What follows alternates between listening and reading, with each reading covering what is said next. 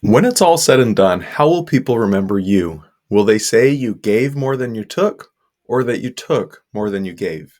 In this episode, we're talking about legacy. With the help of one of the most famous stories ever told, A Christmas Carol, we'll discover how generosity shapes your legacy and why it's never too late to change it. Welcome to Small Business Big Visibility, the podcast empowering you, adventurous small business owners, to attract your ideal customers and boost your revenue. I'm your host, Jason McKenzie. Each week, we'll explore easy to implement tools and strategies to take your business to new heights and build the lifestyle you want. If you're ready for more profits and less stress, let's get started. There's a story you've probably heard before. It's a story we've all seemed to revisit around this time of year. It's the story of Ebenezer Scrooge from A Christmas Carol by Charles Dickens. Now, hopefully you're not thinking, Jason, I'm no Scrooge. And if you are thinking that, you're probably right. Most of us aren't living at the level of selfishness and greed that he did. But stay with me, because there's something a little bit deeper in Scrooge's story that's relevant for all of us. Let's break it down. At the start of the story, Scrooge is a taker. He hoards his money, mistreats his employee Bob Cratchit, and avoids any connection with other people. He has no interest in relationships, no interest in generosity, and certainly no interest in being remembered as a giver. His legacy, up until that point, is one of greed, isolation, and selfishness.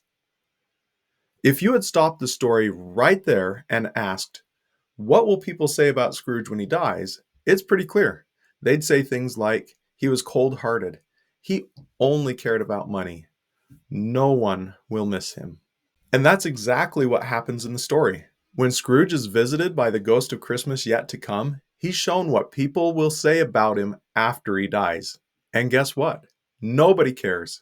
People are relieved he's gone. Some even celebrate his death. Think about that for a second. Imagine people being so relieved that you're no longer around. Now, here's the twist. He gets a chance to change. He wakes up on Christmas morning with a renewed perspective, a second chance to rewrite his legacy. And from that moment on, he becomes a giver. He helps Bob Cratchit and his family. He becomes a man of generosity, kindness, and love. And by the end of the story, his legacy has shifted. People remember him not as a taker, but a man who gave so much that his impact on the community became undeniable. Here's why this matters to us. Very few of us are as extreme as Scrooge. We're not out here hoarding our gold coins and sneering at our employees. But the reality is, every day, every moment, we are building a legacy, and it could be like Scrooge's. Every action, every conversation, every choice is a brick in the house of your legacy. You don't need to have the ghost of Christmas yet to come moment to recognize that. You already have that ability to see it now. So I'd love for you to think about your own life for just a second. If I asked your closest friends, your team, your family, or your clients, what is one word you would use to describe them, what would they say? Would they say generous, kind, selfless? Or would it be something else? Busy, self-centered, absent? I know, it's really a tough question to ask. It can even be a little uncomfortable. But here's the good news. You're not stuck with it. Just like Scrooge, each of us have a chance to change it. Not tomorrow, not next week, but right now. You see, legacy isn't something that happens after you die. It's something you build while you're alive. Every moment is a chance to choose the type of person you're becoming.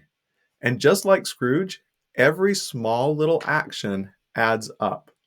When you help someone in need, you're building a legacy. When you encourage a struggling team member, you're building a legacy. When you take time to truly listen to your spouse or your kids, you're building a legacy. Every little choice counts. Every act of generosity is another brick in your house of legacy. And here's the flip side. Every selfish choice counts too. When you withhold kindness, when you avoid responsibility, or when you ignore the chance to help someone, you're building something too, but it's not a house anyone wants to visit. It's more like a fortress. People don't feel welcomed and they stay away. That's why this is so important. You're building your legacy right now. Right now. It's not someday. It's not when you're older. It's every day, every conversation, every action. So ask yourself, when people tell the story of your life, what will they say? Will they say, oh, they always looked out for others? Or will they say, they only cared about themselves? Here's the truth. Legacy isn't something you can fake. It's built in the small daily moments. It's not about one grand gesture at the end of your life. It's about every decision you make along the way. To be remembered as a giver, you have to make choices that align with that today, not someday, today. Now, you don't need a ghost of Christmas yet to come to show you how your story ends. You already know if you keep taking, you'll be remembered as a taker. But if you choose to give your time, your love, attention, you'll be remembered as someone who changed lives. So I'd love to challenge you. What's one action you can take this week to start building that legacy you actually want? It doesn't have to be dramatic. You don't have to fix everything in one day. Just take one step, one choice, one moment where you say, I'm going to give right now. Will you be remembered as someone who gave more than they took, or as someone who took more than they gave? This week is a great opportunity to reflect on your legacy. Write down one action you can take today to be remembered as a giver. It could be as simple as sending a kind message, helping a friend, or showing gratitude to your team. Tomorrow, we'll talk about the ultimate example of giving, Jesus Christ. Discover how his example of generosity can guide you toward peace in your life and business. You won't want to miss this one. Until next time, keep giving, stay focused on what matters, and watch your life and business thrive.